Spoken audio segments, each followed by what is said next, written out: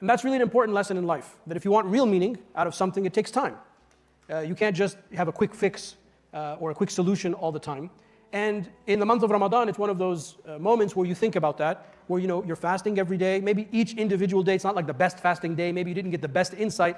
But at the end of the month, when you accrue all of those days together, there's something that's so special. Sometimes you can't really articulate how happy you are, how light you feel, how optimistic you are, etc. So real value happens through time. Now, one of the characters in the Quran that really is the poster prophet of this is Sayyidina Nuh alayhi salam, who we just read about. I mean, the man alayhi salam, from the Ulul Azm, from the prophets of great resolve, over 900 years. 900 years saying the same thing. Ya Rabbi inni da'awtu qawmi laylan wa nahara. He said, Ya Allah, I called my people night and day. فَلَمْ يَزِدُهُمْ دُعَائِي إِلَّا فِرَارًا. But every time I talk to them, they only go away. To the point where they would literally put their fingers in their ears and cut off pieces of their clothes and stuff it in their ears so they wouldn't hear what he had to say.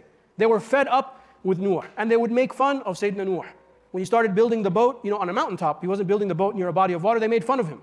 أَسِرْتَ نَجَّارًا بَعْدَ أَن كُنْتَ نَبِيًّا. Now you're a carpenter, yesterday you were a prophet, they would make fun of him. What does he say after he complains to Allah subhanahu wa ta'ala about that? He says, and despite all of that, I continue to call my people publicly and out loud. He was persistent. Consistency is your secret weapon in life. Your spiritual life, your secular life, your home life, your work life, your everything in your life. If you want to be a successful person, you have to learn how to be consistent.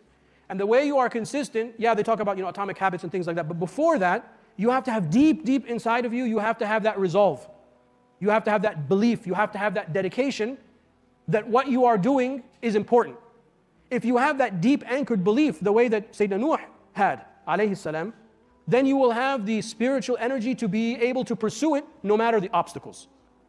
So he didn't try to do what Allah Ta'ala told him and then he's okay, these people are losers, forget them, I'm going on the boat. He didn't do that. He kept making the dua, he kept making the da'wah, he kept asking Allah for assistance, he kept calling his people. And even when he built the boat, he built it so people could come with him. They didn't want to, even his own family didn't want to come with him. Some of his family didn't go with him.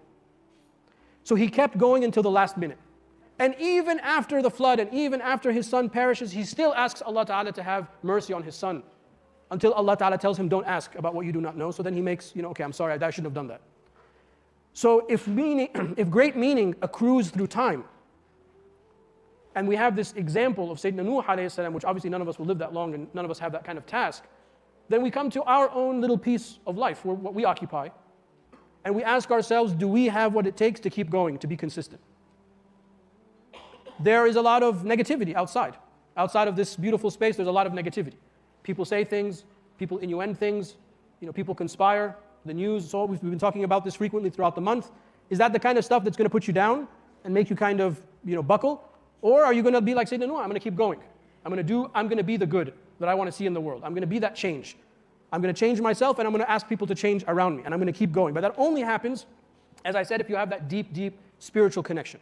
And that's why our spiritual connections, our acts of worship, our devotional work, our dua, things like Ramadan, it's so critical for us because it's what gives us the fuel to keep going. It gives us the strength to keep doing what we need to do, to charge forward.